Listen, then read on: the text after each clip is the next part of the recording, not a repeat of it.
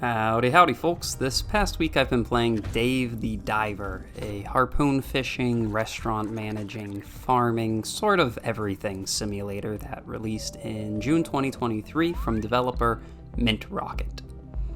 It's sold over 3 million copies and has received overwhelmingly favorable reviews on basically every platform. I get it, but I'll say up front that I did not have a very good time with it. More on that later.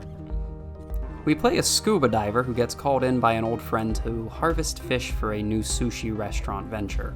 Each game day is split into 3 sections. The morning and afternoon are spent diving into the ocean, harvesting fish, and completing a huge amount of sub-objectives and side quests, while the evening is spent managing the sushi restaurant, picking the menu, researching new dishes, and physically serving plates to customers.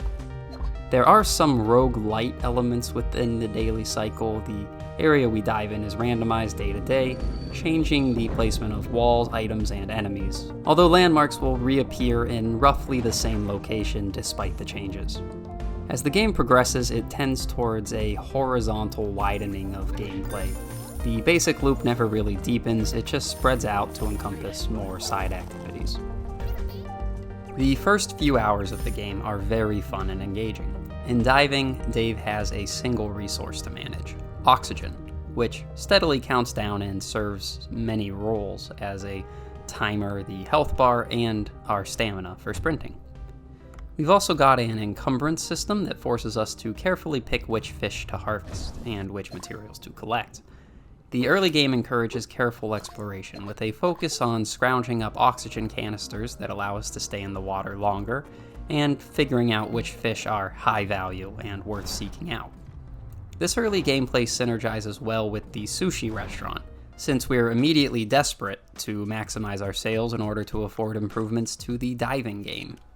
Improvements that allow us to stay in the water longer, explore deeper, and kill hostile fish more effectively. Overall, the gameplay loop is a lot like Recettear, but without the overwhelming debt that acts as a goal timer. The most striking aspect of the game is the cutscenes and animations. There's some top-shelf cinematography throughout the entire runtime, plus a brilliant use of creative visual metaphor to describe emotions or showcase how characters react to taste. It's flush with the sort of whimsical imagery that we've seen less and less of as games have gone towards increasing realism. And it's pulled off so professionally that seeking out those animations was really what kept me playing even after I got bored of the main gameplay loop.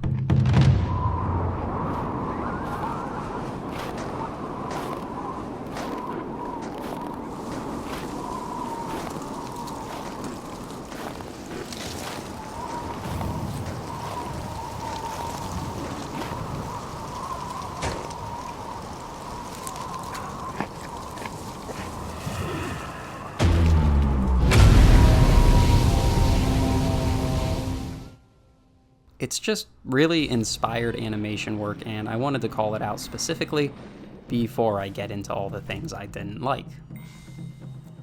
The game turned on me around the 4-hour mark.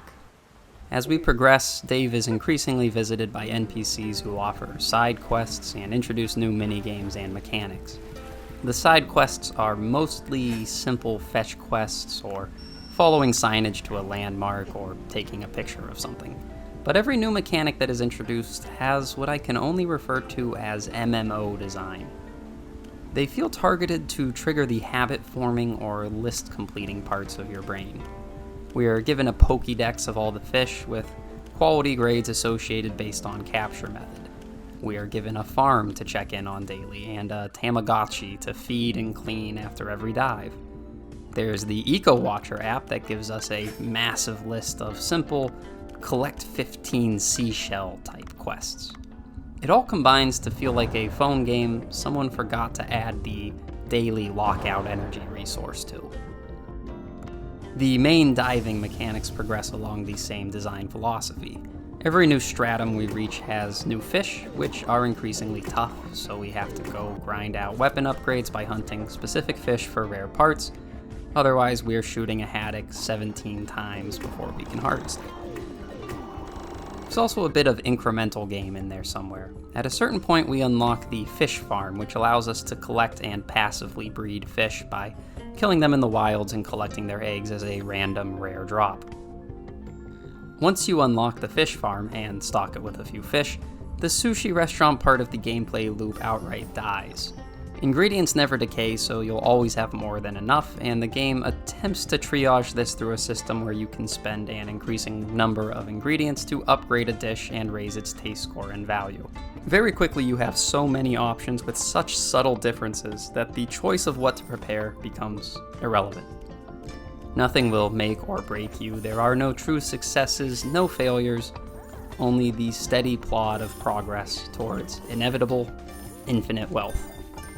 We're also consistently presented with a truly stunning amount of new, shallow minigames.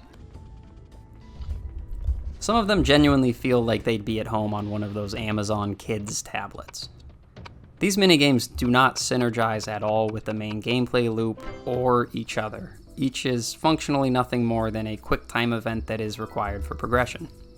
As the minigames generally have no relation to each other, they are over-explained and tutorialized at every instance. This is a game that absolutely does not trust the player to figure out anything at any point. Even in the very last mission of the game, 20 hours in, Dave is still monologuing to let you know exactly how to navigate the levels, exactly how to beat the boss. I appreciate games that aim for a runtime of around 6 hours of constantly evolving gameplay. Games that surprise me with new tweaks to old mechanics. Games with narrow focus, interesting stories, or intense creativity. Dave the Diver embodies the modern game design philosophies I dislike the most. Feature bloat, randomized instead of handcrafted maps, shallow mechanics, psychological manipulation, but on the other hand, there's a free DLC that features Godzilla, and that's pretty cool. The DLC is only available between May 23rd and November 23rd of this year, which... what? This worries me. Time for a tangent.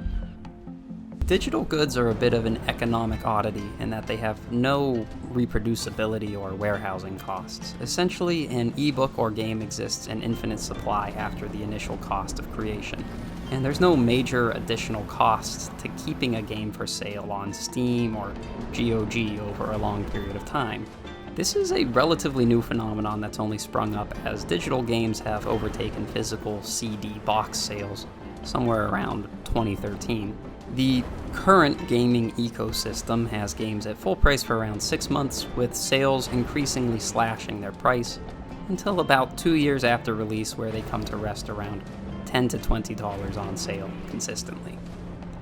I really like this system because I have an old computer that can't run modern graphics very well anyways, and I love to spend $10 on stuff. But I'm certain every big studio has a financial analyst running models full-time to evaluate if a trickle of $10 sales for 20 years is actually a viable use of their catalogs. The Godzilla DLC worries me because, as a game developer, a seemingly obvious way to increase your total revenue right now is to remove the infinite supply side of a game, to trim that tail and hope everyone buys immediately. A schedule of limited free DLCs or time-sensitive systems like battle passes and live service games seem like a clever corporate trick to ease people into a less consumer-friendly marketplace. Maybe I'm reading too far into it, but Dave the Diver does feel like an MMO company experimenting to see how they can build a more profitable Skinner box.